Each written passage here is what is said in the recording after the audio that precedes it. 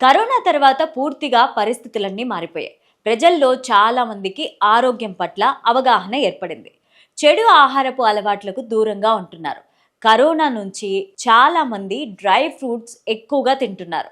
Dry fruits తినడం వల్ల ఆరోగ్యానికి చాలా మంచి జరుగుతుంది. డ్రై ఫ్రూట్స్ లో ఎన్నో రకాల పోషకాలు మెండుగా ఉన్నాయి. బాదం పప్పు, జీడిపప్పు, పల్లీలు, వాల్నట్స్, ఎండు ద్రాక్ష ఇవన్నీ ఆరోగ్యానికి మంచి చేస్తాయి. వీటిలో ఆరోగ్యకరమైన కొవ్వులు, యాంటీ ఆక్సిడెంట్స్, ఖనిజాలు పుష్కలంగా లభిస్తాయి.